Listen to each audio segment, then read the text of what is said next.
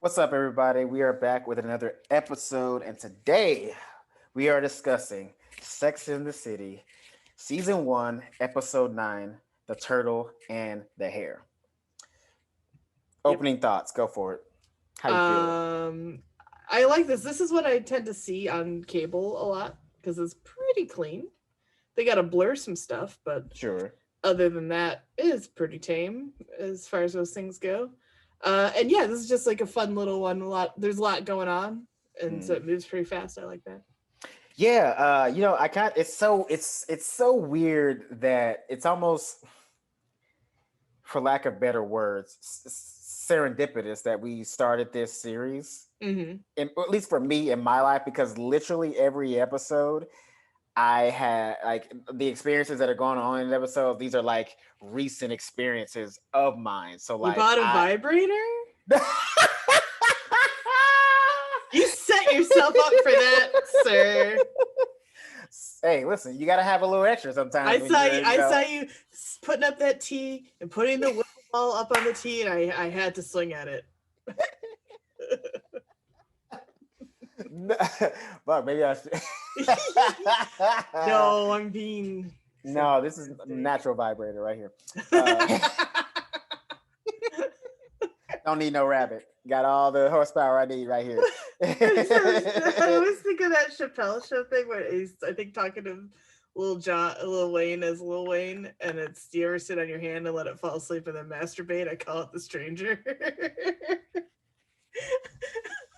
Oh yeah, it was Little John talking to Little John. Yeah, That's yeah, what it was, Lil John, not Lil Wayne, Lil John. Yeah, Yeah. Little John talking to Little John. Yeah, no, that's funny. No, I've never done that. That's way too much work. Like I could just like if I'm gonna masturbate, I'm just gonna masturbate. Just I don't gonna need to do do it. like all kinds of tricks, fucking set up candles or like the only So thing that really take care of takes work business. is like the only thing that takes work when it comes to masturbation, at least for me, I Mm-hmm. think most guys can attest to this, is finding that perfect clip. The The one that pacing, like you know what I mean? Like that perfect scene the where you go like, rhythm. all right, this is the one. And it's a serious thing because like I don't know. I mean, maybe some guys watch like one scene and it always gets them there, but like it's multiple scenes, like especially with the internet Oh, how it you is mean like now. actual clip of something? Yeah, like it's Oh, like I thought you different were clips. I'm saying like, the right clip as in like the right pace. Like you gotta go to good clip. oh, okay. Now that we're on this tangent, they're like it's so weird. This is how weird porn is now. Now they actually have videos where there's like it's called a FAP challenge, and so it's like usually most of them are like anywhere between like 15 to 20 minutes, and basically it's like a challenge. It's like a fun form of edging. Do you know what edging is? Yeah, yeah. Okay, so it's like a fun form of edging, and basically like they make these videos where you like jerk to the beat, and like as the video Oh my progresses, you like jerk god. faster, and the idea is like Oh my god. it's a try not to come challenge. It's Oh my god. Oh my god. which I is don't know great. about humanity, man. I'm just And kidding. we don't It's got to fine. cut this because it pertains to the Oh episode. no, I God have damn no it. intention of cutting this. This is all relevant to the episode at hand. Get it at hand. Yeah. No, but I like this episode because, like, again, like the whole, I just recently got out of a relationship. Not recently, it's been a while, but like, my last relationship, like, this is kind of part of the reason why we broke up was the idea that, like, you know, I wasn't, you know, my end goal wasn't to be married and have a bunch of Mm-hmm. kids. That Mm-hmm. was said person's end goal was to be married, have kids, and so like that topic is discussed in this episode, Yeah, yeah. and so many things are said. And I'm mad. I have to admit this. Mr. Big actually had a really good point made in this Yeah. episode about like how everything is timing and you have to kind of Right. like live in the moment and see where things going instead of like Yeah. having like an end goal because you're always going to Yeah. be like disappointed when that you don't reach that goal. Yeah, you can't go into things with like preconceived notions and Yeah, expectations because you just don't know how things are going to turn out. right. Um, and it's funny that Carrie is like, wait, I can't date someone who'll never get married when like I've never gotten that vibe from her before. Mm-hmm. And but that's like it's still that was kind of the issue I think even in the pilot though is like this notion that like even if you're dating or you're having a good time, like heaven forbid if you don't have a ring on it, then what's Right. the point? And I'm always like, if it's good enough for Goldie and Kurt, man, who gives a shit? Well, that's the thing too. Like with Carrie, she never presented that, but you can tell throughout the episode, you can see that more and more things were making it apparent to make it like more things were happening in her in this situation in this episode that was making her realize she did want those things. So I don't think she did want them as a whole. I think she liked the idea of them at first, but then after she went to Stanford's grandma's house and saw like the family portraits and all that stuff, then it finally dawned on her that she did want those things. And again, that's cool, but like, don't start off with that's the end goal. You know what I mean? Like, you can't go into things like if that's actually what Charlotte does a lot. Gold dating. I call it gold dating. Gold dating. Gold dating. Yeah, it's not gold digging. Gold dating.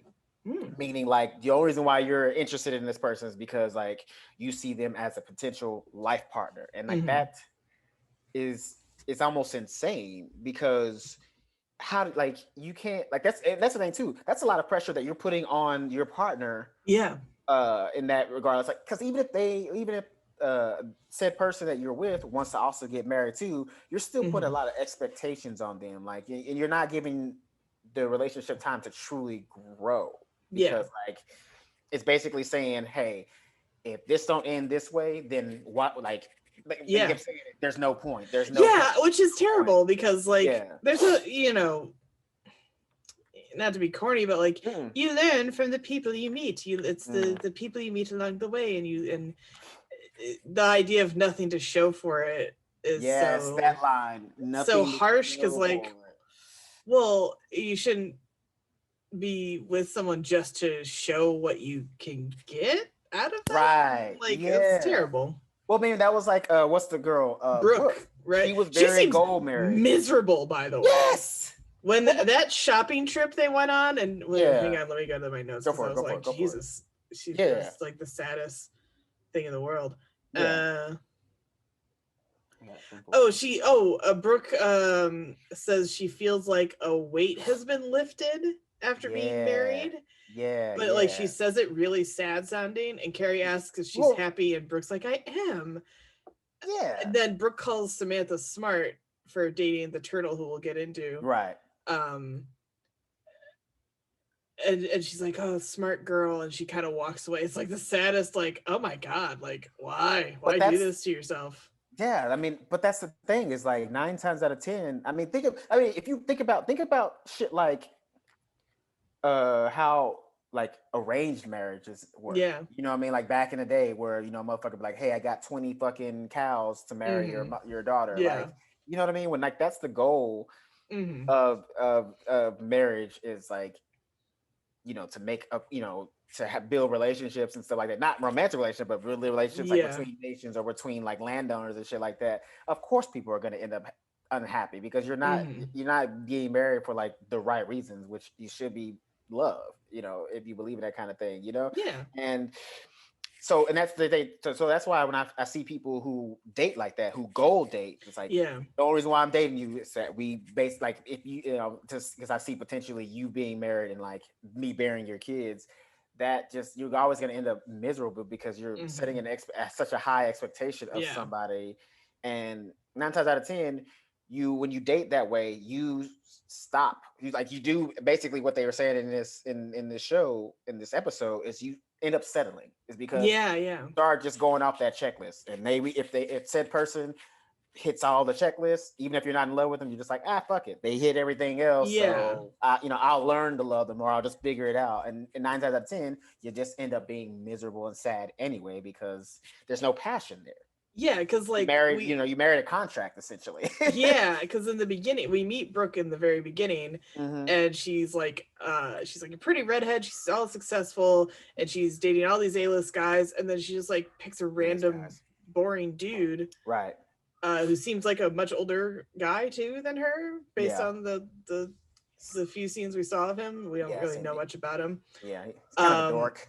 Kind of dorky seeming, which like I find very endearing, but like she doesn't. Yes, I do. Like she doesn't. She's not that kind of person. She doesn't. Right.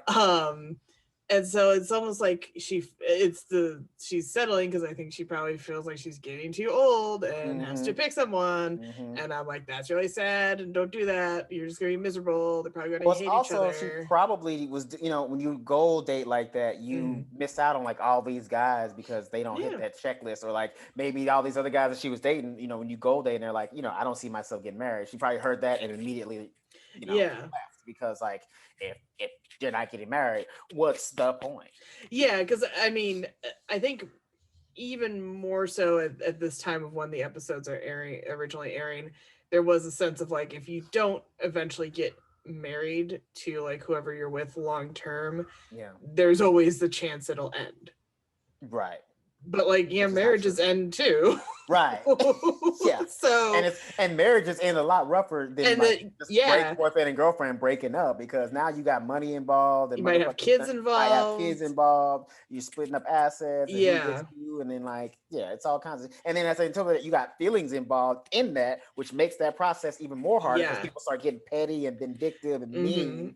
Like, now it's like, I want the dog. I'm gonna sue her for the dog. And so some bullshit like, I'm suing her for the diamond rings I bought her, for the plates we have, the china we got for our wedding. Like, that's people. It's either breakups are messy no matter what, and they get even messier when you got the law involved. You know what I'm saying? Yeah. So I think there was no sense that like, oh, you can stay together forever. Right. Even, but not do the contractually binding, like sign government documents and have a ceremony of some kind. Like, and that's just not true. You can do it. Like, I always go back to Goldie Hawn and Kurt Russell. I know I said it earlier, but like, they've been together for decades. Right. Have never been legally married. They have thriving careers, children. They seem successful happy. Children. Successful children, yeah. They're happy. Their children are happy. Like, they're like happy grandparents. Yeah. I marvel that their son, is it Ryder Russell? Fuck, I can't think of it. He looks like a clone of Kurt Russell. It's really fun, but like blonder somehow. It's funnier. Like it can be done. Maybe more successfully because they both have money to begin with, and like we're successful. Maybe that plays into it, but even then, meh. And I know there's like theoretically like government advantages to it, and it is like, I do think being married is nice and lovely and like would be cool, but like, I don't know, at the same time, if it's not a make or break thing. It's not a make or break thing. Like, I can't imagine living a life like that. Like, you're kind of the tax write-offs. Yeah, I mean, but I can't imagine living life like that. Like, basically you could be missing out on like an incredible love, like people who are probably perfect for you, but like just because they don't want to sign a piece of paper and have a bullshit ceremony, expensive ceremony, which is basically you just showing off to the world, like, hey, someone loves me. Someone loves me. Just want y'all to know. Which is ridiculous because 9 times out of 10, when people who are getting married, they've been together long enough for everybody who's important to them to know they're together. Yeah. So really, that's all. You know what I'm saying? Like, and they say this wedding is $100,000 wedding, which is a lot then. Yeah, which would probably be like 10 million in today's standard, give or take. Yeah, but like the average. Oh, that was what I meant to Google. I looked up all this other stuff. Hang on, average wedding cost, because it's high. I think in LA it's 15,000, like a basic. Oh, it's higher, buddy. It's like in the 30s. Probably gotten higher. Okay, that was when I looked at it when I first. The average wedding. This is from the Knot, which is the big wedding website. This is based on respondents' answers. So it's not super scientific, but pretty close. Average cost of a wedding is $33,900, and that includes the engagement ring cost, but does not include the honeymoon. Man, that's a brand new car. Fuck out of here. That's a lot. Yeah, and I read all these like, wedding things and bride things. Weddings themselves are very complicated and like messy. You gotta appease all these people. I, for fun, figured out I would need to, if I invited like just to, like family and super closest friends plus allowed kids, it's 50 people I have to invite. That's a lot. That's a lot. Yeah. And that's 50 people you gotta feed and I gotta feed shit like that. And I could be like a no kids wedding. I don't and want nine to times do out of that 10, though. if you're bringing somebody in from out of town, like it's Yeah. tradition that you're supposed to pay for them their ticket to fly out to your wedding and all this other stuff. Yeah, And I've been a bridesmaid 4 times. Mm.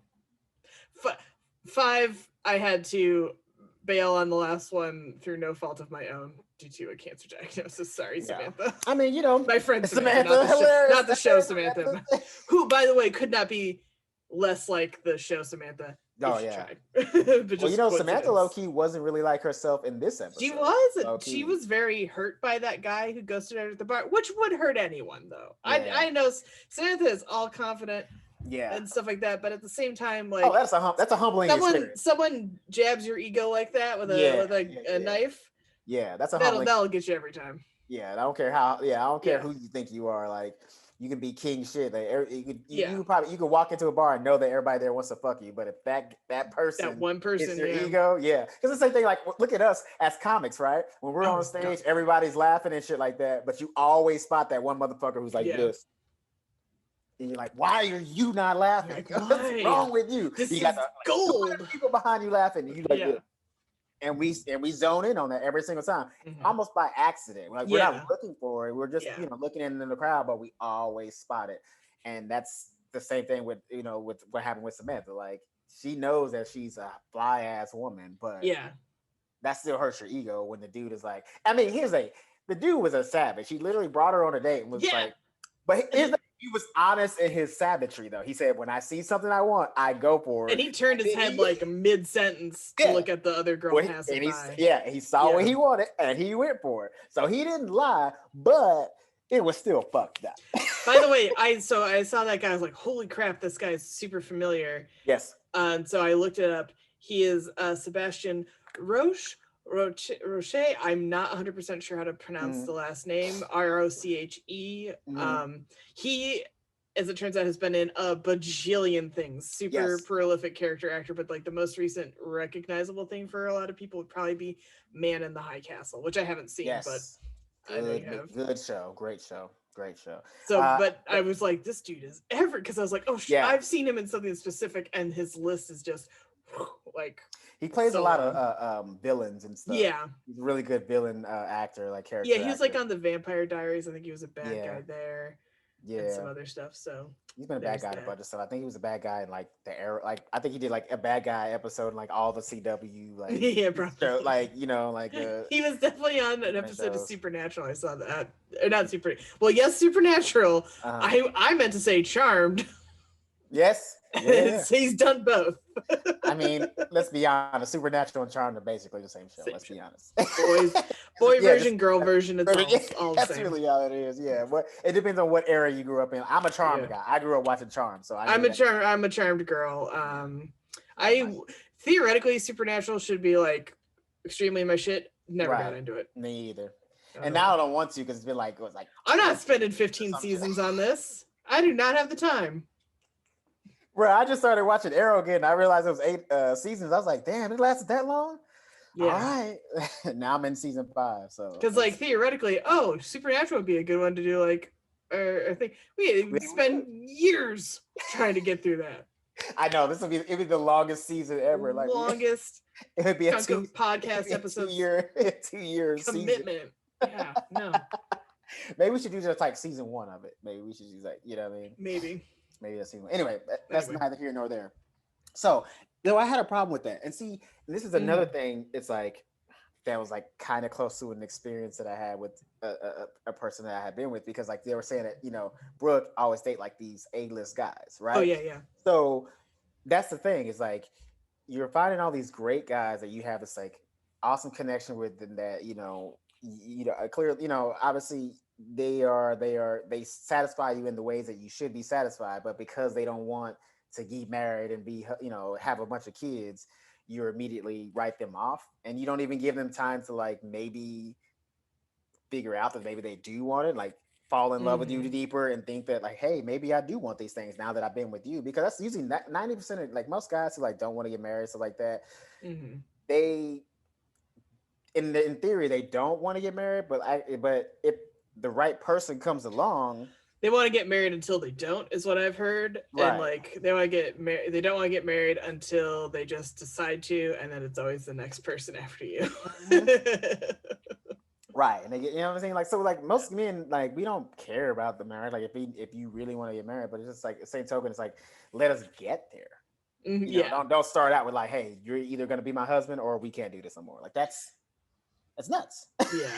I You know think what I mean? some of the panic too is that like generally Mm-hmm. over time in the history, men have been fine being single until they're much much older and or dead. Right. Because society kind of benefits and rewards and is okay with that. It Right. is not the same for women. Like men are like cool old bachelors until their old age. You're a spinster if you're a woman. God Right. forbid you're an old crone witch like living in her hut in the swamp. If you're older and you don't get married, if you're an older dude and you don't get married, you're like, it's just Ken.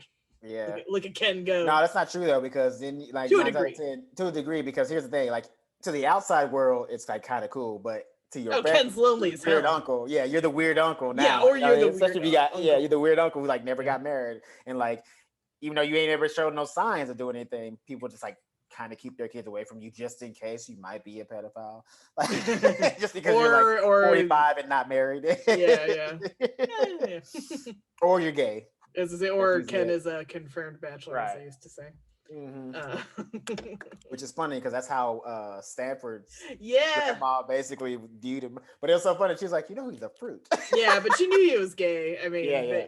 which they played up in the scene because he knew about the Coco Chanel suit she Oh was my god. wearing and the movie references and everything Yeah, like that were all very feminine / gay. yeah, Um, Although I think that's really unfair that grandma cuts him out for being gay, but that's like a whole yeah. other thing we'll never ever get explanation or depth on because this Right, never obviously comes up again, as so right. many things are want to do on this show. Well, it's so funny that they were saying that like his grandma doesn't believe in gay, but it's Yeah. obviously he's gay. Like you can't, Yeah. even if you're in denial, like you can't. I mean, unless you like watch him suck a dick, like, Yeah. how more in denial can you be? Well, I also think it meant in the sense of like doesn't believe in gay as in will not allow the inheritance to go on to him because he either Oh, needs to be married and like produce or maybe not even mm, produce, but needs to be heterosexually involved for what the family's sake, whatever yeah, old money baloney that they're involved in. So it's not that it's clearly grandma thinks of it as a choice, maybe, sure. or maybe not. But either way, she's refusing. She's like, I don't think he has siblings though. That's the thing is, I feel like it never comes up, No, but I I don't can't think he said remember. anything like that. Yeah, But like cousins, obviously, yeah, but he will be summarily punished for his yeah. lifestyle because it is not traditional. But I Right. guess maybe she wouldn't have like followed through on the inheritance even if he had been No, I mean, married. I feel I don't like know. I think that he was a little bit out of touch with how she really viewed the world. I think Yeah, yeah. I think he just known from years of like maybe her saying stuff and gotten Hmm. an idea of what it. But like clearly she's aware that he's gay, and clearly she's aware of like Yeah. his lifestyle and like even she was warning Carrie like, hey, I don't know if you know this, but Yeah, like, about to like yeah. if y'all talking about getting married, you're about to marry a gay guy. So Yeah. So just maybe grandma is cooler than we think. yeah. And we'll let him have inheritance money because people have been cut out of wills for far less, By far less, yeah, dude. And I was laughing because like the little, like even though they were Carrie and Stanford were like speaking in hypotheticals, but Yeah. like that deal that they were making, like basically, hey, you marry me, you can sleep with other men, and like you give Vice me versa. money. Yeah. That's not a bad idea. It I mean, if I have it's any lesbian certainly friends that happened in need the to, past. I'm just saying, if I have any lesbian friends that need an inheritance and they need to marry a man to do it, holla at your boy. Once that, what I'm saying, we can get divorced shortly after the paperwork is signed, and give me like a little 5-10%, and we move it on. We keep it going. I mean, it didn't sound like a bad idea because it wasn't stopping her life. He wasn't like you can't sleep with other men and shit. Yeah, Like, he's yeah. like, Oh no, no, like they were totally like understanding of like And like I said, I think there historically have been arrangements not Oh, of unlike course, that. 100%. No, But 100%. I'm totally drawing a blank on like famous ones because there have been a few, but I can't think of them off the I top of mean, my it head. doesn't matter. I But mean, I'm it sure doesn't it's happened matter. all the time. I mean, all that. I mean, hell, if there were motherfuckers, families who like literally practice incest to keep the bloodline pure, I'm pretty sure there were some gay ones that they Right. were like, Yeah. look, you're the prince. You're supposed to marry this princess. I don't care what you do in Mhm. your chambers, but in the public, Yeah. your fucking wife. And plus, because like it was important shit because alliances is like, Yeah, and regardless, they had to keep producing heirs, so you mhm, eventually had to give it to your lady wife. right. And then you could go about your business. But they were I like, mean, we're look at gonna, shit like Game of Thrones. Remember, like yeah. the Renly was gay, and then like, Oh yeah, that and she was like, "Hey, do you want me I to bring mean my that's brother not in here to historical, start but you that's out?" a good It's not example. historical, no. I It's a know great it's not example, though. historical, but you think that didn't happen? Like they got that Oh yeah. idea from Oh somewhere. That totally, wasn't totally. just somebody's creativity. Yeah. Like Yeah. it was probably a story, written History. about, Yeah, there's you know, somewhere in medieval times.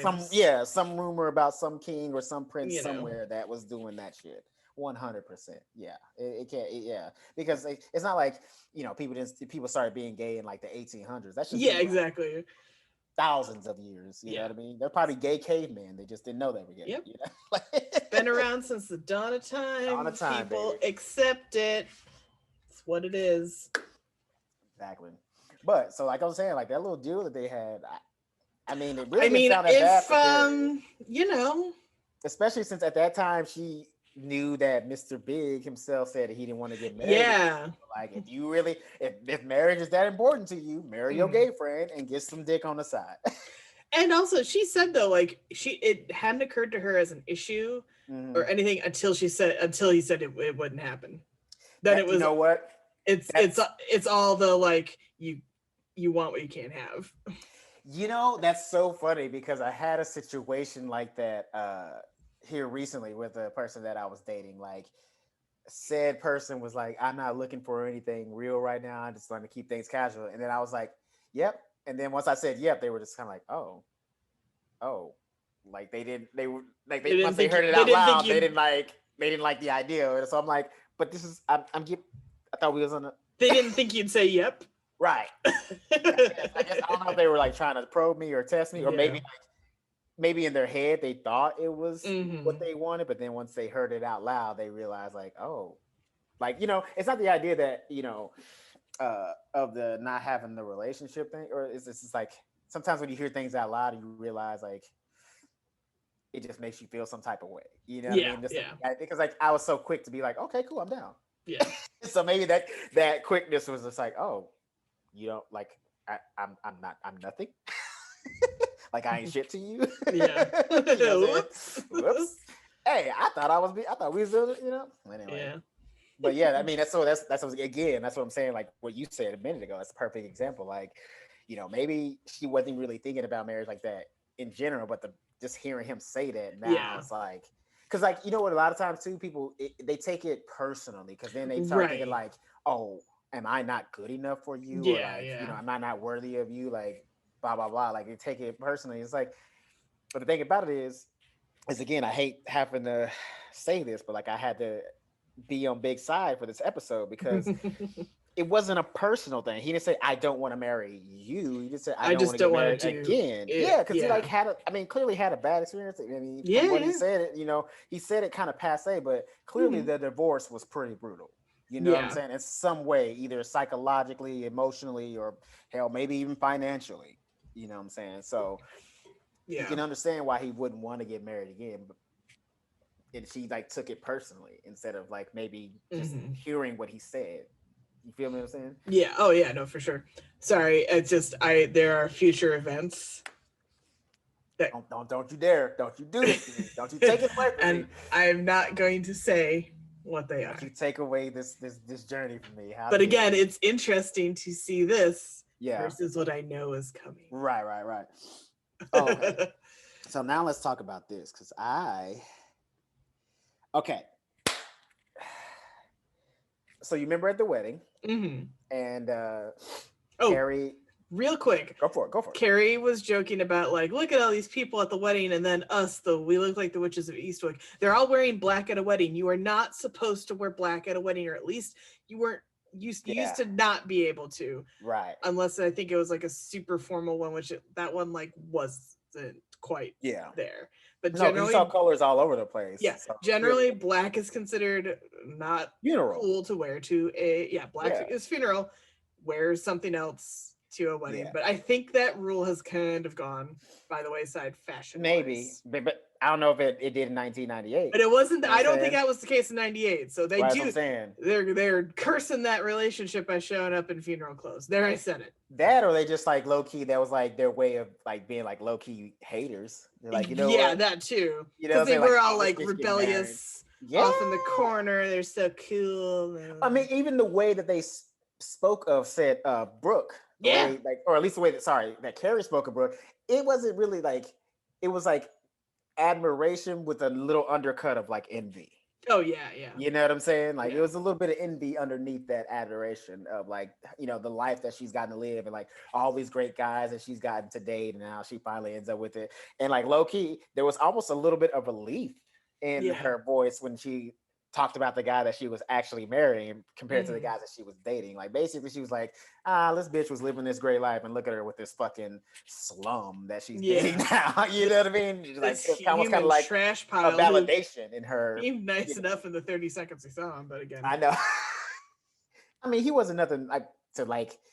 He wasn't a number one stunner. Right. Wasn't that but to be fair, none of the little montage of the men that they were showing Brooke date, none of them were nothing to write home about either. So, you know, it's not like she like pulled from the lowest of the totem poles. You know what I mean? Like, it was all right. But sorry, what were you saying? Your no. That actually no, because that actually goes right into what I was saying.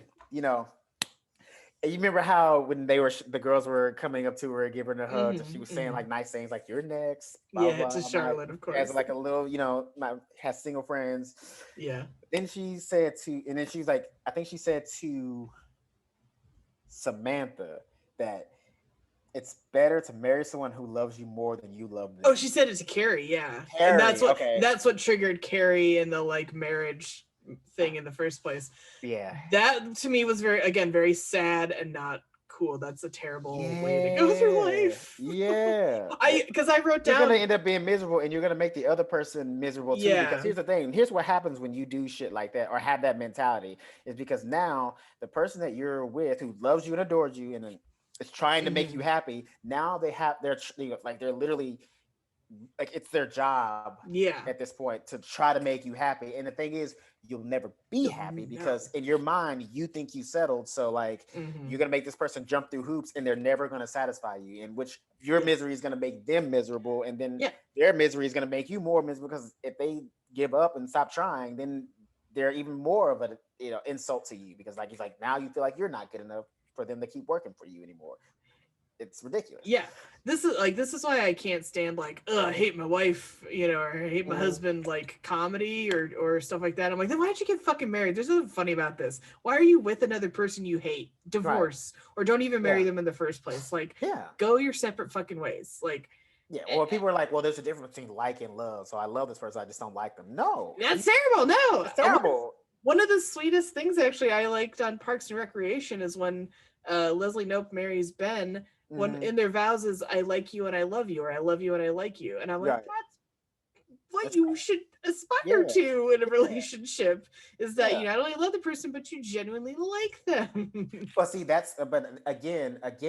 was fiction too. It's fiction, but at the same token, that's what happens when, again, going back to what we were talking about earlier, when you goal date, when you only have the only reason why you're dating somebody is to become a wife or become the husband and become a father or become a mother. Like, okay, cool. And then that's the thing too. It's like when you goal date, once you reach those goals, now what? Yeah. Like, you raise children and shit like that, but and that's only the distraction. And then when those kids are out of the house, then what? Yeah. There's no other goals. Like if all you wanted to be was a wife and a mother, after you become that, where does your life go?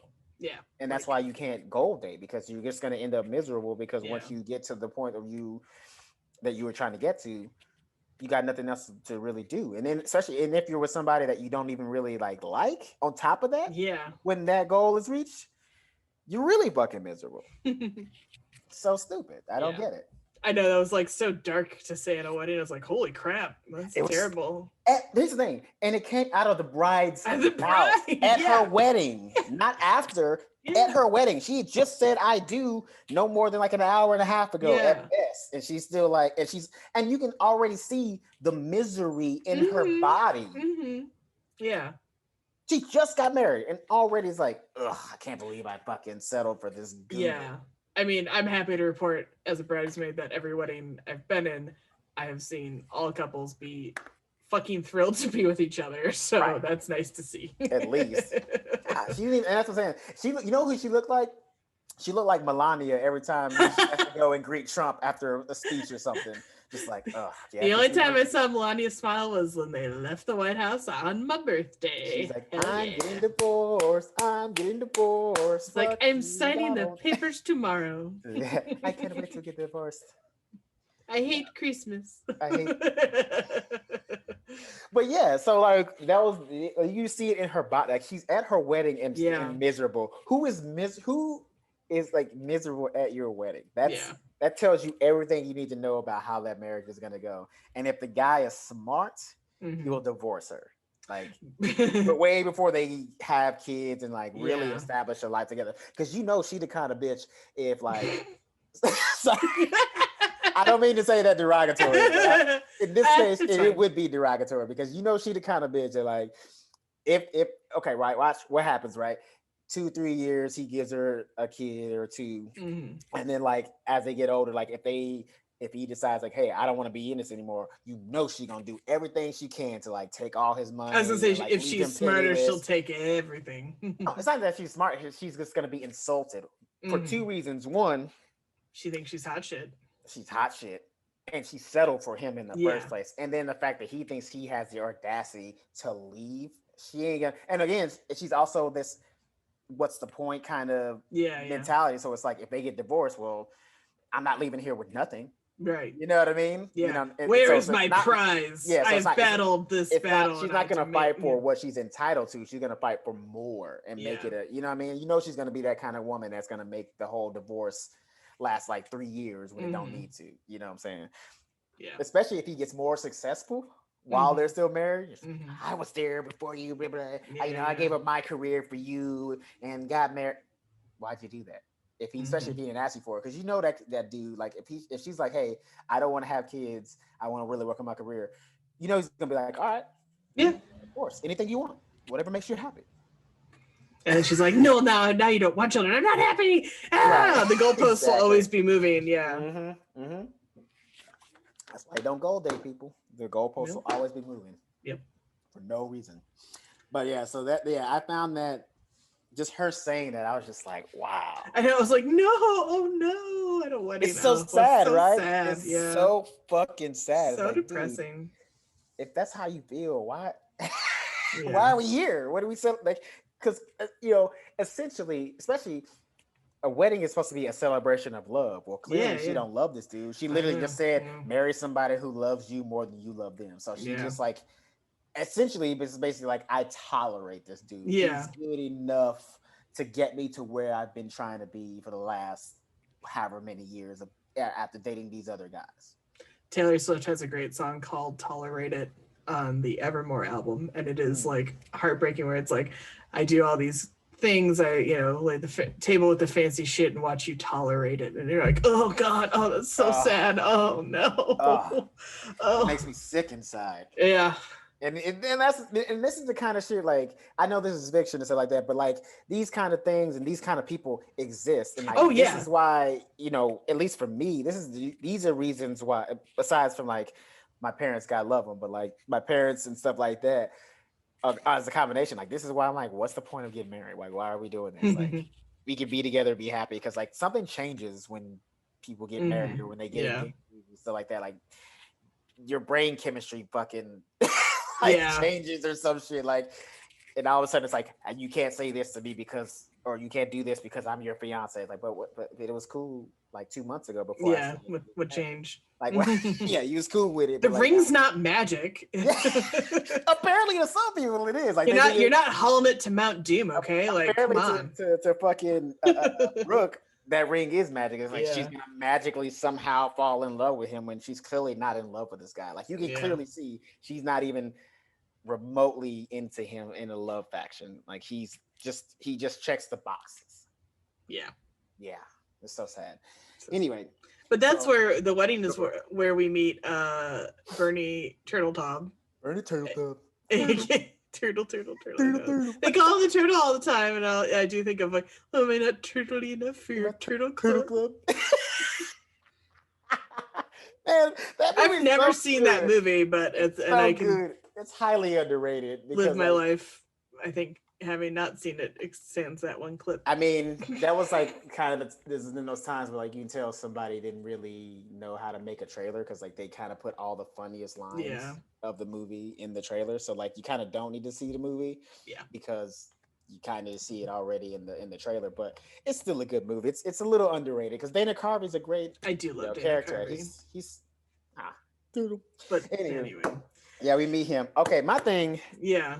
I love this. I loved Samantha for this part because I hate when, like, because they were talking about how bad his breath was. That's why I wrote down. I was like, why did no one just say anything? Be like, pull him aside and be like, hey, like, I don't know how to tell you this, but like, he has some really bad breath.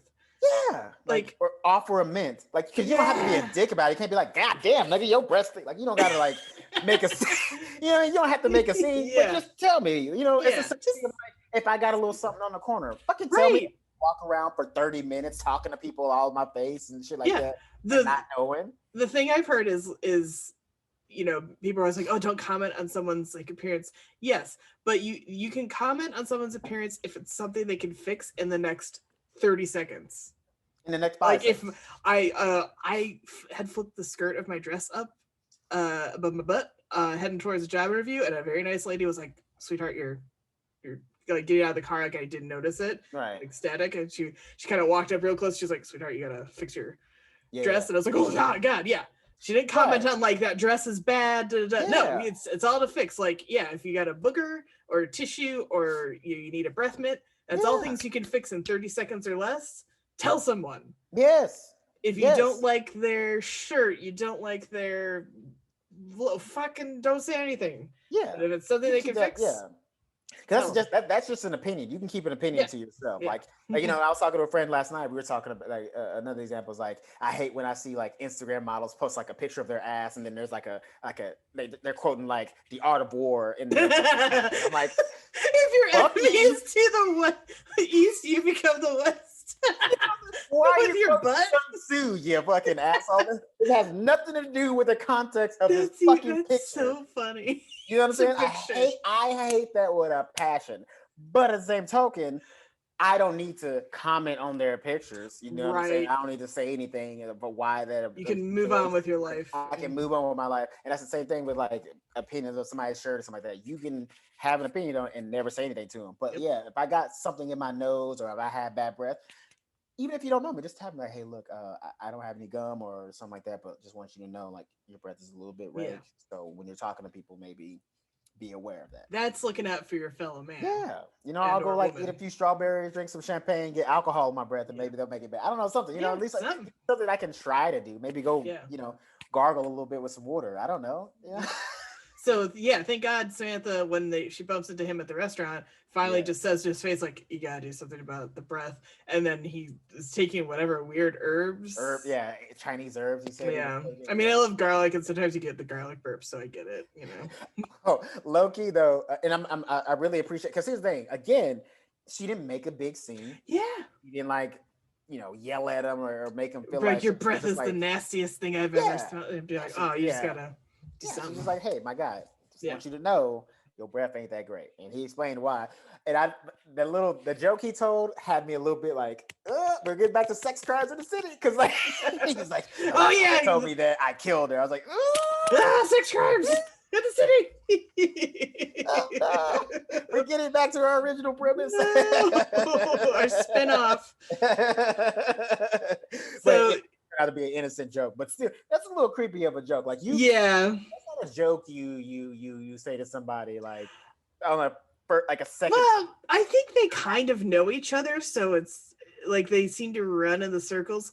No, because you remember the thing about it, like they may be, I think they're aware of each other, but they didn't know each other because whenever she came to the table, he was like, "Hi," like he like just now meeting her. You know what I mean? So like, this was like their second interaction. Carrie knew him, I Carrie think, knew more. him. Yeah, Right, yeah. That's and so true. and Samantha was aware of him through Carrie, but like I don't think they actually met until the wedding. So this is their. So yeah, it is a little forward to be like, "I love murder." Right. Yeah. Like you know what I mean? Like luckily. Samantha's cool. She right because if that'd be Charlotte would be like, I think he's a serial killer.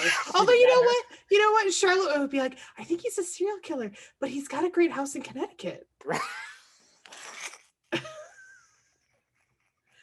Charlotte, that's where he hides the bodies. Oh, Charlotte. Sweet Charlotte.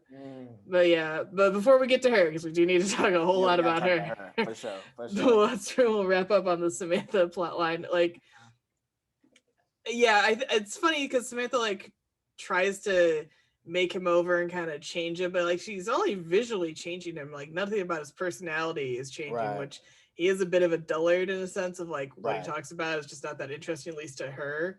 You know, he really needs to find a foodie, I think, is the issue. Yeah, like if Samantha was a chef, she might have been like cool with that conversation about the mushrooms. You know? He's into fashion and like the hot spots of New York. But he's fucking slick because he said the thing about his shirt. Like he's like, do you like the shirts for my ex-girlfriend at the first sort of date with Samantha? And then Samantha ditches him at the dinner. And clearly to never date him again, and he knows that, and so then he turns to the woman at the bar and says, do you like this shirt my ex-girlfriend got? I was like, you've got a line, you're fine, and you know what you've been doing this whole fucking time. And you notice he put on a little bit of an act when he said it to the second girl. He was like, my he said, I got a little sadness in his voice. It was like, my ex-girlfriend brought it for me. And so I think everyone's I was like, is he secretly a mastermind? Because at first I felt sorry for him, but I was like, because like Samantha was kind of being shitty. You don't date somebody to fix them up. That's so shitty. That's like you're not seeing this person as a person. You're seeing them as like a potential like ornament to your life. That's bullshit. Never fucking do that. If you're a man or woman, don't fucking do that. That's disgusting. Just want to put that out there. But again, I was like starting to feel sorry for him until he turned to the girl and was like, I think they've all been underestimating him because clearly he's got a pattern. Maybe he was like, I know I need it. He's like, I know I need a makeover, but I don't know exactly what I'm gonna do. Maybe if I get with someone who kind of knows a little more fashionable to help me out, and then I can like keep kind of, going up the ladder as it were, and he can be slick that way. Hotter and hotter and hotter girls. Yeah.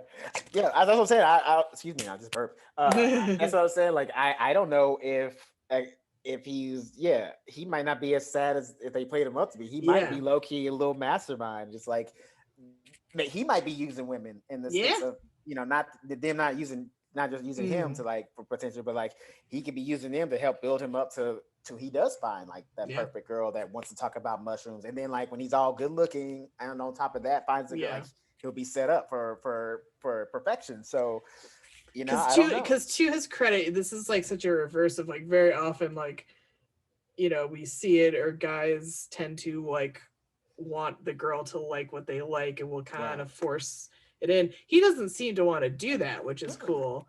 Everybody else seems to want to do that to him, which is odd, but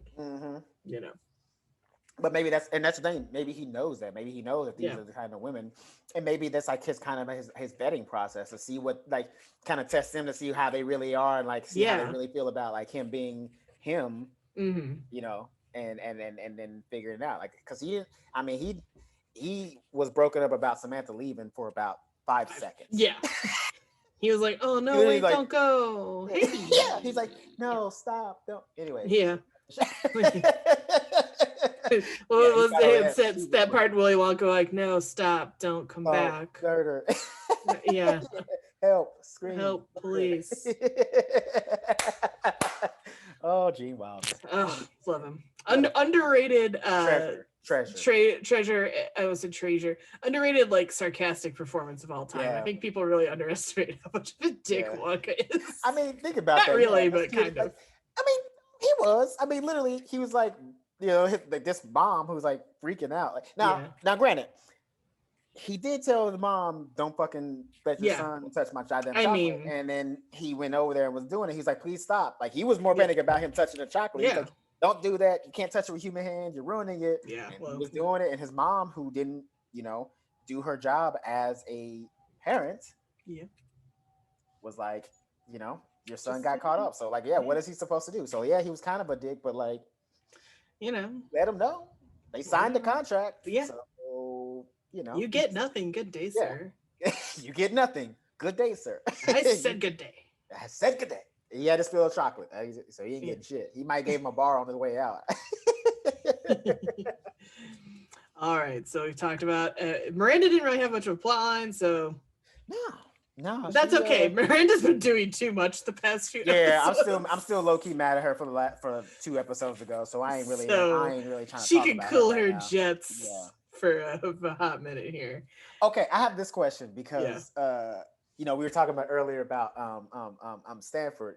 He was talking about how, like, he's kind of over the gay scene because it's not working for him. This was a sad little part where he's on the cold street corner because he put out the personal ad, and I guess someone responded, and then they walked up and went, "Oh, no, thank you." Oh, it was so sad. And he's adorable. He's adorable. I fucking love Stanford. And it's even sadder that he couldn't do it in a coffee shop. He had to go, like, stand on a cold New York street corner, and it was just his little cute little bald head. I know, so sad. Okay, but I got a question though, because I don't know if you saw this, but in his ad, his newspaper ad, it said Ed Harris type. Is Ed Harris hot? This is an excellent question because my mom said offhand, I think something like, really thinking Ed Harris was good looking, and I was like, he does not work for me. Yeah, I don't. I mean, he's an amazing actor, great actor, fantastic actor. But see, that's another one. See, but that's how I look at. And I mean, I know I'm probably gonna lose a lot of black points for saying this, but that's how I look at Denzel. Like, when women talk about Denzel, I don't see it. Oh, and I'm 100% sure enough in my manhood to, like, I can look at a guy and be like, that's a good looking guy. You know what I'm saying? So he's always been good looking. No, have you seen Much Ado About Nothing with him and Kenneth Branagh? That is a movie where everybody can get it. That is the hottest cast that anyone's ever assembled. Okay. And everybody looks fucking hot in the, like, outfits and shit. Because like Denzel Washington looks fucking hot. He's like the Prince of Padua, I think, or something like that. I've seen it a million times, and so I can't remember what he's the prince of. Keanu Reeves is super hot in it. Emma Thompson is gorgeous in it. Kate Beckinsale's in it. Super young baby Kate Beckinsale. The kid from Dead Poets Society, who is also on House, like, he's super cute. Like the only person who doesn't look smoking hot is Michael Keaton, but he's not supposed to. It's available on Amazon Prime right now. Go watch Much Ado About Nothing. Everybody's hot. It's like the hottest Shakespearean cast assembled I've ever seen in my life.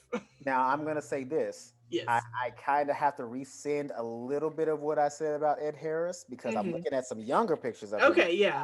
And not bad looking. Yeah, see, the thing is, I think I've only seen him old. Yeah.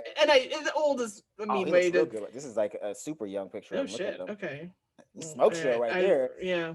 Now, Google young Ed Harris. If you, but I've only seen him as as like a middle-aged, often authority figure. I think I've seen him be like a mean or bad guy in things more often than like anything romantic or even softer. So I don't have that like baseline attraction in that sense that my mom might have from other things she's seen him in till now.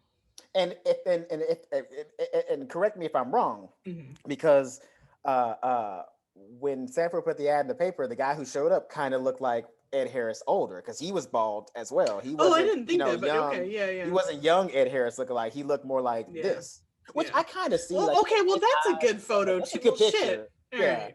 I kind of see it now. I see it now. Yeah. Chris pulled up a very now, handsome black and white photo of Ed Harris, and it was like, oh, I get it a little. Okay. He has pretty blue eyes. Like he does have pretty blue eyes. Yeah. I kind of see it now. He's got a nice chiseled jaw. Like that's like, you know, stereotypically, you know, handsome. Like square jaw. Yeah. Yeah. But I don't know. But that's but see, you know, we were talking. So I watched, you know, the new Denzel movie last night, and I just thought I never saw it in Denzel. Like I can honestly say he's attractive. I'm not. He's not. He's not. Hard on the eyes. Yeah. But I just don't see like, especially black women. They think he's like one of the sexiest men ever alive. I'm just like, nah, he is. He's hot. Denzel Washington's really hot. Is it him that's hot, or is it his talent that makes him hot? Both. That fucking smile. Come on. Okay. Let's do. Yeah. That's get your fucking hands off me. That's a training day, Denzel. I mean, I was more attracted to that because of how gangster he was. I was like, damn, if I was in a relationship with him, I would definitely be the bitch because he was scary in Training Day, real talk. But yeah, so Ed Harris type. I was just wondering because I've never heard anybody say that Ed Harris was like handsome, which he is. I'm not gonna say that he objectively is. It's just not my. Yeah, I never heard of anybody be like, who like is my perfect type, Ed Harris type. Yeah. I will say that the Ed Harris thing with Stanford, running gag. It comes up. Actually, this is like one of the few things that comes up again later. Yeah. I won't say in what context, but so he might. So I'm assuming he's just like obsessed with him or something. I don't know. And you know what I forgot to look up is what was Ed Harris doing in '98. Let's find out, film wise. Yeah. Film wise. I think no, that's not. He was. Wait, was it The Rock? No. The Rock? That was 1990. He was the bad guy in The Rock. No, I think that was. I think The Rock was the movie that he was in. So in '98. Okay, yeah. So you know what? The Rock was in 1996. Mm-hmm. So if you're into that, 1998. And then in the year of 1998, he was in both The Truman Show and Stepmom. Okay, Stepmom. So if you're into like weird dad figures, then yes. There you go. Oh, and he was in 95. He was in Apollo 13. That was a good movie. Yeah. Which is great. Yeah. So, he's been like obviously been in a ton of stuff. Oh yeah. Sure. Leading up to when all through Stanford's life and Carrie's to what do you call it? And clearly he's into like older cinema, so he would probably have grown up probably watching Ed Harris and developing a crush on him in some ways. Yeah, because like Ed Harris is in like The Firm, which is about lawyers, Glenn Gary and Len Ross. Great movie. Yeah. Great movie. Yeah. Okay, I can see it. Okay, that makes sense now. If you grew up watching them like that, and stuff like, just objectively, he is like I would, I wouldn't turn him away if I was a woman. Like even now, like older Ed Harris with those pretty like piercing blue eyes, he can still get most women if he wants to. So. Respect. I think he like lives on a farm in the West though in his spare time and just hangs out. And see, that's like a manly thing. That's the manliest thing you can fucking do, right? Like I feel like if you're a girl, you hear that, you kind of get a little wet. It's like he's such a man. Like tending that fucking farm. Farming, like sowing his own fucking fields and just man shit. He probably riding a horse, knife that's this big, herding cattle. He probably knows how to like do the lasso thing. Yeah. Oh man, I get it now. Never mind. I take everything I said back previous. He is hot. Ed Harris, hot man. He called it, and I think he did win Sexiest Man Alive. Once in his life. Let's find out. I want to say he did. I mean, I'd be hard pressed to think that he didn't at least one time. You know what? I was typing Ed Harris sex and Sex in the City came up in the Google autofill. Let's see. Ed Harris, Sexiest Man Alive. He was indeed in the year of our Lord, 1998. This episode took place. boom, boom, boom, boom, boom, boom. You were spot on with this because you nailed that Timothy Olyphant was baby. 30 in that other episode. Yeah. This is the year that Ed Harris was sexiest man alive. I didn't know I was so woke in 1998. I didn't realize that I was so aware of the things around me. Here I was, thought I was just, a junior high school student. And actually, I'm out here killing the game. But yeah, so I get it. That makes sense because 1998, this is like he's at his peak there, theoretically. Mm-hmm. Boom, there it is. All right. Mm-hmm. I take everything I said back. Ed Harris type. I understand it now. I think also though, Ed Harris is very manly and Stanford is not, so it is kind of funny that it makes sense that he would be into somebody who's more manly because that's usually, I mean, from what I've seen in that world, because my brother God rest his soul, he was a gay man and he was like a little bit effeminate, and most of the men that he dated were like really rugged men, like men you wouldn't think were gay until you saw them kiss another dude. And even then it was like maybe they weren't gay, maybe they're just could be bi or whatever. Power move. You know what I mean? It's like a manly power move. Like I'm kissing the dude because it's the manliest thing you can do. Secure as hell. You know what I mean? Like that was the kind of dudes that he dated. Like my brother, you couldn't really tell he was gay either until he got really comfortable with you, kind of seeing him be more effeminate. He was kind of like Stanford. It was like he could, it's like one of those guys that if you don't know him, you're just could be questionable. He might be gay, but then as you get to know him, you're like, oh, he's for sure. Yeah, but the men he dated, you would never know. It was crazy. So that makes sense that Stanford would be like, hey, manly as fuck dude. Yeah. Boom, boom, boom. But to be fair, it was sad for him when that guy showed up and was like, nah, but he didn't look that manly. So you know what? Yeah. You Stanford, you're doing all right. Stanford. Yeah, it's probably better for it. Also, too, if that guy meets up and he's that superficial to not even at least have a coffee with you. Yeah. Fuck him anyway. Fuck him in. Beat kick rocks. Fuck him anyway. So now it's time to talk about our girl, Charlotte. Sweet baby Angle Charlotte. Oh my God, but she had me she had me in stitches in this episode only because of what was happening to her. So who was it that introduced the idea to Miranda was introduced the idea of getting a vibrator and takes her and Carrie to the sex shop to get a vibrator. And at first, Charlotte, as she is, her traditional way, she was no, this is wrong, this is weird. She sees the vibrator and sees it's all cute. It's so cute.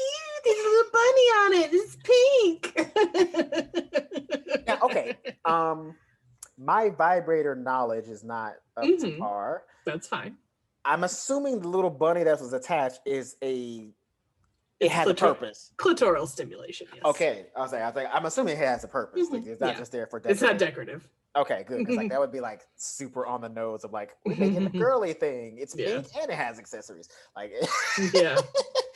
But so it has a little bunny on it. She sees it and it's cute, and she gets one and becomes obsessed. Obsessed. Miranda joked oh, we don't need men in 50 years because you can have babies, through fertilization or whatever. And Charlotte said, I can do one better. We won't need them in a week because I got the vibrator and it's the bomb. And Charlotte was all scoffy. She was like, no, what could a piece of machinery do for me that a man can't? Turns out a lot. Turns out everything. To the point that she's canceling on Friends to whack off, basically. To stay home and jerk off. Stay home and spank her bunny, as it were. The funniest thing in the world. Oh my God. She's like, nah, you know what? I could go out and waste my time. Because she even said it. She's like, why would I go out and waste my time with a man when I got the rat? She was she was instantly that was like Miranda gave her super heroin and was like, Charlotte was like, fuck yeah, I need another hit of this. I need another hit right now. Ridiculous, but so funny. Yeah. Well, it was also because I didn't. You kind of knew it was building to it because when her and Carrie were in yoga class, she was just like, yeah, I think I masturbated too much. Yeah, she's like, I think I broke never my came this hard. She's like, I yeah. came for 5 minutes. Like you can see that it was really like changing her opinion on the world about like sex and what it can be. Because she's like, sometimes when a guy's doing it and it feels real good, but it just doesn't get you there. This every single time gets it don't miss, as they say. It don't miss. Bullseye every single time.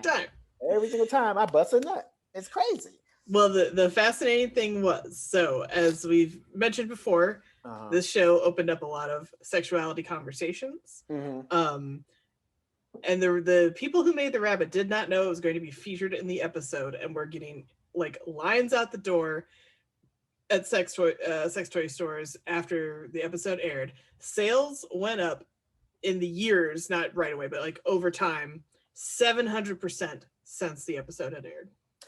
I believe that because I remember, I mean, obviously as a kid, nobody, in 1998, but I feel like early, like when I was in high school, like in early 2000s, like I remember this, like the rabbit being a topic of conversation. Like, really? Yeah. Because after whatever version came out in 1998, other versions came out, miniature versions of it came out. It basically created obviously created a bunch of knockoffs and essentially its own category as a sex toy device. And what was interesting too, I forgot to link the Vox article about the rules in our previous episode that I mentioned. I will desperately try to remember to link this Forbes article about this because it is very, very interesting. It's in 2018, so it's the 20th anniversary of the show. Fun fact, that sex toy store they're in is a real store in New York. It's the Pleasure Chest in New York, and it is part of the Sex and the City tour that you can go on. That's awesome. Where they go to like famous sites and the thing. Funnily enough, I feel like that's a common sex toy store name because I think there's one also in West Hollywood. Yes, there is. Pleasure Chest, yeah. Yes, correct. I mean, what else are you gonna call your sex toy store? I mean, a lot of things, but that's a great name. Like, but it's a great name. Why mess with it? And one of the people interviewed in the article said that it also changed people's view of sex toy stores as being something really kind of comfortable and fine that you go into, and it's not a big deal because I think their perception before was like it's intimidating. Yeah, you got to go in the trench coat and the mask. Yeah, it's either intimidating or it is seedy and bad and wrong and creepy and weird. And in fact, it is not. I've been in one actually looking for directions. Hilarious. To orgasm? I was trying. We were trying. It is. This is a true story. Freshman year of college, I took a trip to California with like other people who were interested in going. And we got kind of lost in North Hollywood before it was kind of how it is now, and needed a cab back to our hotel, and didn't have cab numbers. You can't search on the phone at the time, the whole nine. And everybody's kind of like panicking. I was like, let's just go in this fucking store and ask somebody. I'm sick of we're dithering out here in the nighttime, and I'm fucking sick of it. And people were also pulling like, oh no, we're in the big city. And I was like, just fucking ask a question for Christ's sake. And so I go to the store, and we realize that it's a sex toy store, which is hilarious. But I got right to business. I walked to the counter. I said, hi, excuse me, we need a number for a cab. Do you have one? And the girl said, yep, here's the card. Call it. We called, and we just waited a few minutes. And it was brightly lit. Not a lot of people around. Just like I said, the girl behind the counter. I think like one other person. Yeah. It's a store. Yeah, it's a store. That's all it is. That's all it is. It's a store. Like a secret meet up for orgies or something. Yeah. Like that. But that again, like. But that was the perception. Right. That was perception, and like shows like this kind of. Big time. The people's, the brains of what they thought of a sex shop was. You know what I mean? And it was just like where creepy guys go to get tools. And it also pointed out that Charlotte is, obviously goes extreme, but it allows her to get a little more in touch with her sexuality and made a lot of people more comfortable with the idea of using a sex toy for self-pleasure in like a positive way. Again, not the sort of like sinful, it was just like she got way into it. She went a little too far. They had to have the intervention, which is fine.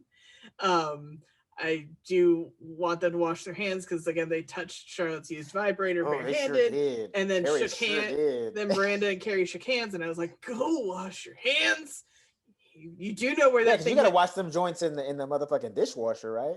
I don't think you're supposed to do that, but you do need to clean yeah. them regularly because you will give yourself like a yeast infection or worse. Right. But I was gonna say you do know where that vibrator's been, but you don't need to be touching it. Right.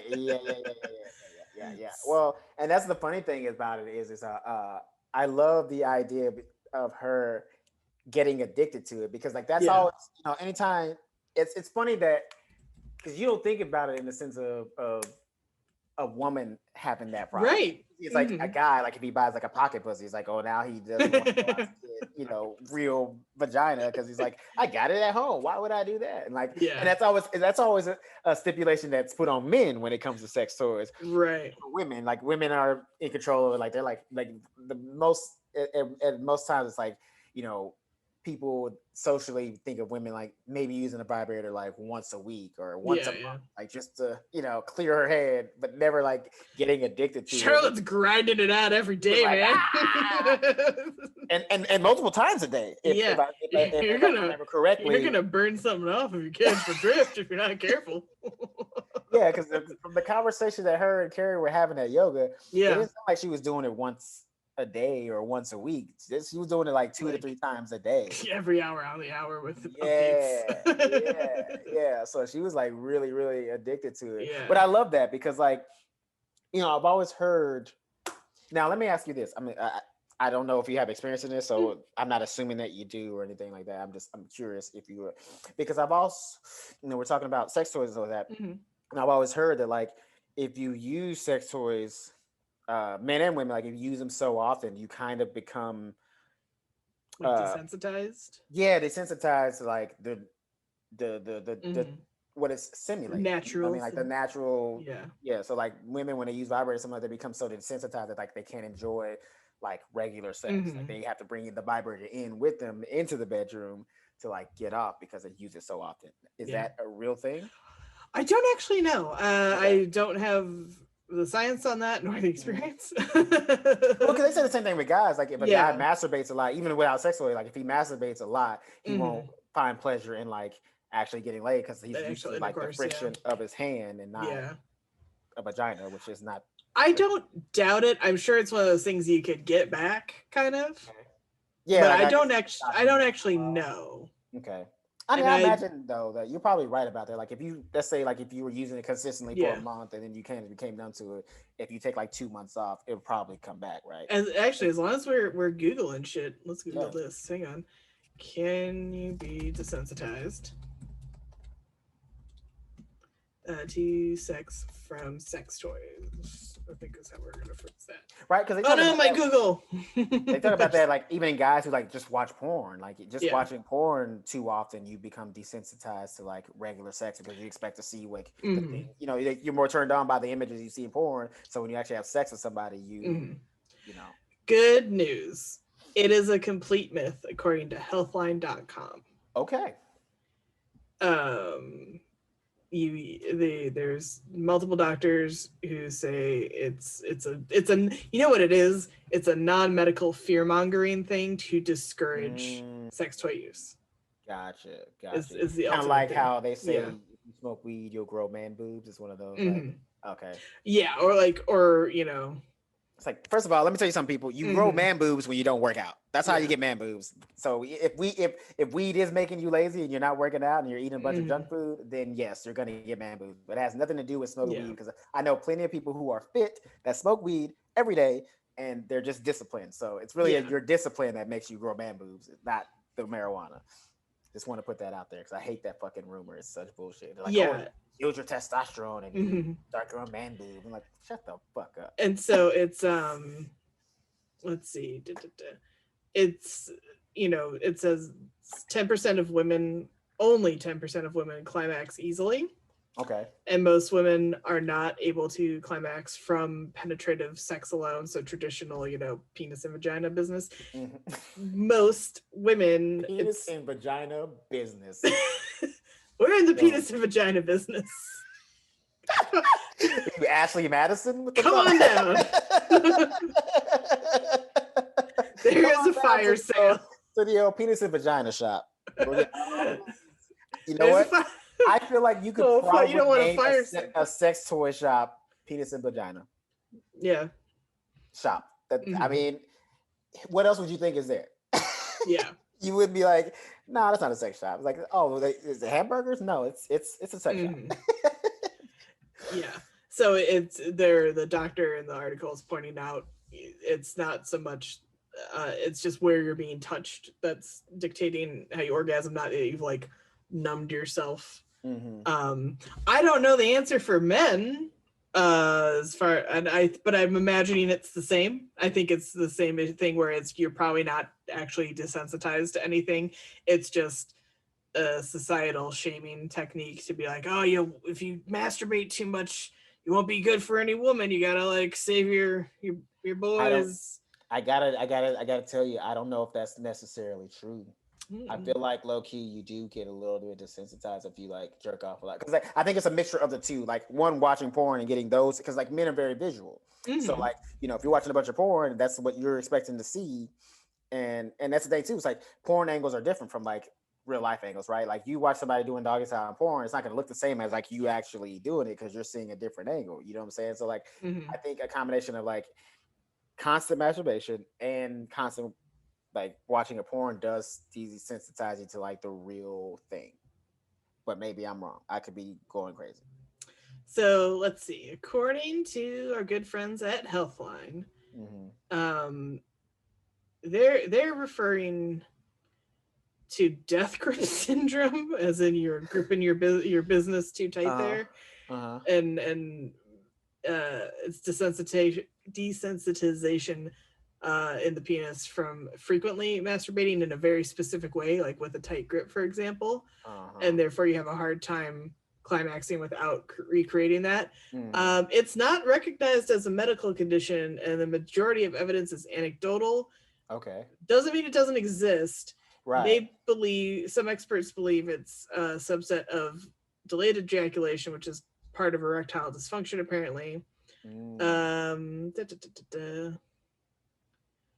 Research shows that a person who gets more pleasure from masturbating than from other types of sex is more likely to continue deep-rooted habits, and it's a vicious cycle. Oh, I guess it's true for guys-ish. Yeah. It is apparently true for men, but not for ladies. Well, go fucking grind one out, ladies and gentlemen. Hold on to your... See, I was like, I know. Sit on your hands or something. Like, I don't know. I've experienced that. Like, take up knitting. I have no idea. Do something else. Apparently, I feel like I've experienced that at least once in my life, where like I was a little bit like, where I like maybe I had masturbated too often, and then like the time when I was having sex, like I wasn't as turned on as I should be. You know what I mean? I don't know. But again, like you said, it's mostly anecdotal, but I think there is some truth to it in there. I mean, we just found a little bit of truth in there. So. So thanks, healthline.com. That's hilarious. And I'm like, it's probably not true for guys. And then the article is immediately like, no, it is true for guys. Like, it's a grip thing. And I also think like it's for guys who masturbate, for lack of better words, and not to sound raunchy, but like dry hand. Like if they're not like, any no kind of lubrication, no lube or no lotion or anything like that. I think guys like, if you masturbate too much with like basically a dry hand, I think that definitely changes your sensations as well too, because obviously a vagina doesn't feel like a hand that's dry. Yeah. You know what I mean? It shouldn't, and if it is, then something else probably doing some things wrong. Yeah, you gotta start from scratch. You gotta start from the top. You gotta work with your lady a little more if that's the situation. Maybe focus a little more on the foreplay, my guy. Yeah. Don't ever believe that it's not important, because it is, my guy. It's always important. Yeah, so that's that's really everything. That's the climax of the episode. Hey! Yeah, I mean, dirty. And I loved, like again, I hate to do this, but I gotta give big credit at the end of it. So he was like, look, everything is about timing. Yep. We got to see, we're having fun. Let's just like stay in this moment. Yeah. And then Hare said that her therapist said living in the moment is the best way to experience life. So if there's nothing else to take from this episode, it's like, don't date with a a, a one specific goal in mind. Like find somebody you have a connection with and see where things go. Because here's the thing, things will occur naturally. Even like the most guy, even like at least on the guy side, even all the guys who are like, I don't want to get married. If you find somebody you really love and they want to get married, you'll probably get married to them because you love them and they fulfill your life in the way that you know you don't see it as a fear thing or you know like you're losing thing or anything like that. Like you want to be with this person because they have a connection with you and boom. And then in the same token, that person you have a connection with maybe wanted to get married, but like they're just happy in the moment with you, might decide, hey, we don't need to get married. We're happy. We're doing what we got to do. But when you have like that mind that like, I have to be a wife, I have to be a mother, and within this time frame, I think you're gonna lose every single time. Because even if you got a guy that it does want those things, you know, so you might get lucky and get those things, but like, is it the love there? Because if you're a goal oriented dater as a woman, and then like the guy is also a goal oriented, so then you both just reach that goal without falling in love first, and you don't have a real connection. Now you're stuck in the house with somebody you don't even really like, and you got 2 kids to take care of, and now you're basically in an arranged marriage. Yeah. So. And we also learned you can spank it too much if you're a guy, but not too much if you're a girl. There you go. I don't know. Charlotte got a little hooked, so yeah, you might not, you might not get desensitized, but you might decide, hey, I don't need no real dick. Derail your life a little, a little bit. Yeah, you can if you you know what I mean. Like clearly, Charlotte was trying to escape something. We don't know what it is. Yeah, because it wasn't loneliness.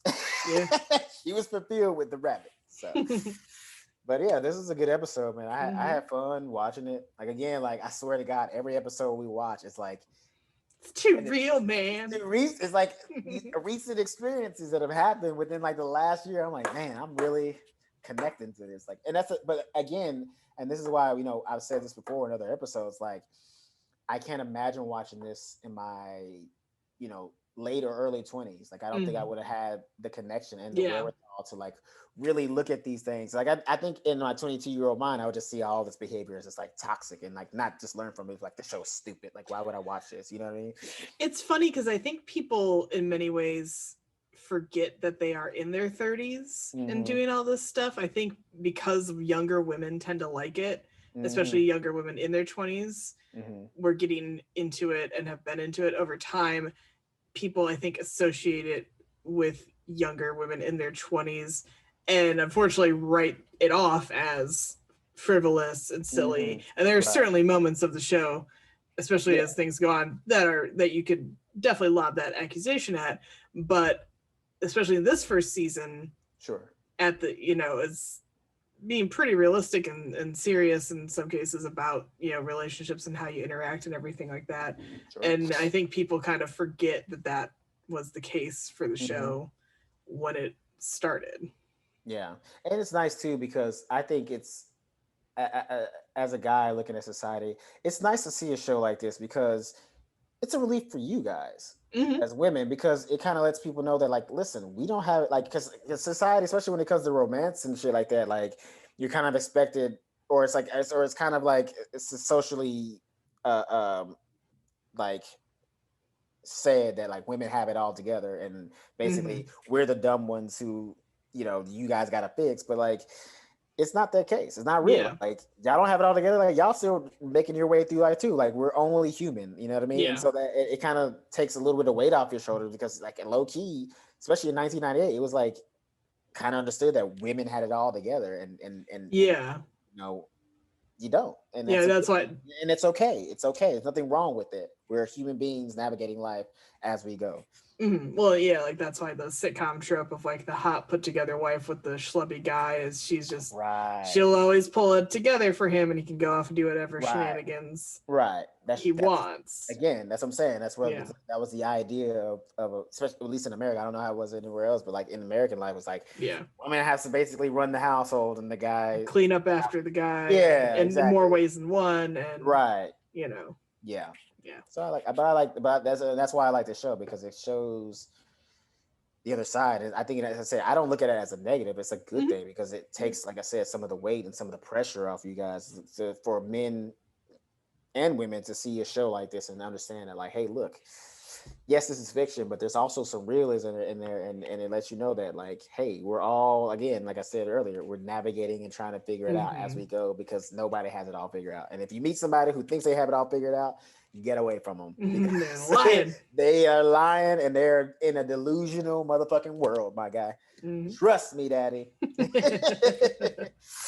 All right. Well, on that note, where can they find you on the internet, Chris? Well, I don't know if you guys can see my handle on the Zoom, but if you can't, don't worry about it.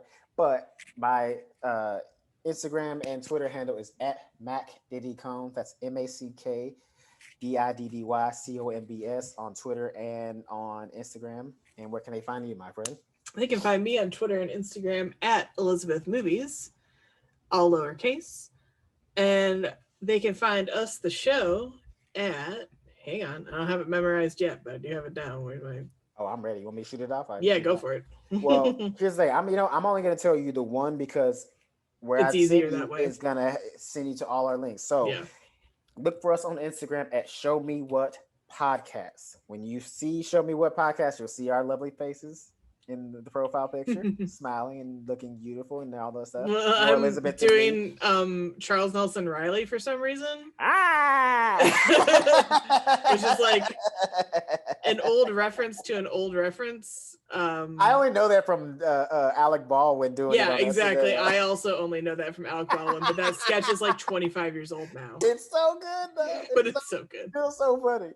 But yes, go to Show Me What Podcast on Instagram, and all of our links are in our bio. So you can find our Twitter, where you can listen to us on Spotify. You can also find us on YouTube if you want to see our. We're on Apple Podcasts, and we're on Apple Podcasts now. We're on the biggies with podcasts, and or anywhere you choose to listen. Apple, Spotify, Google.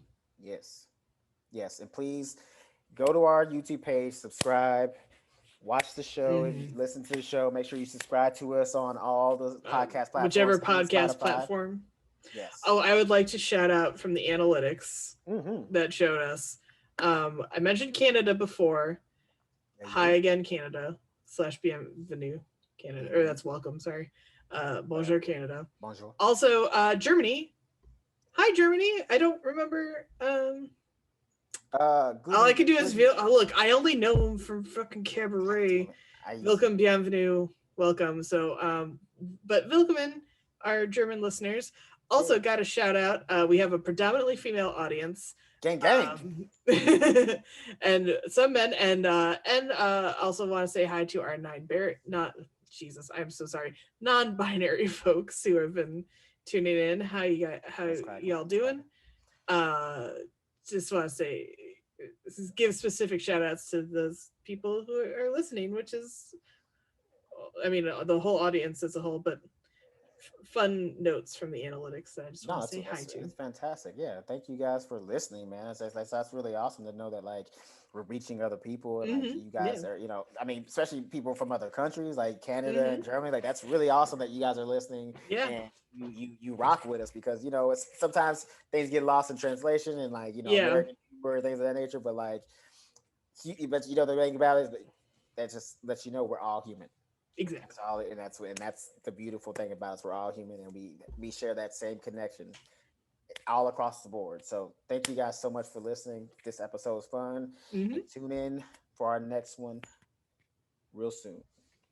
Peace out.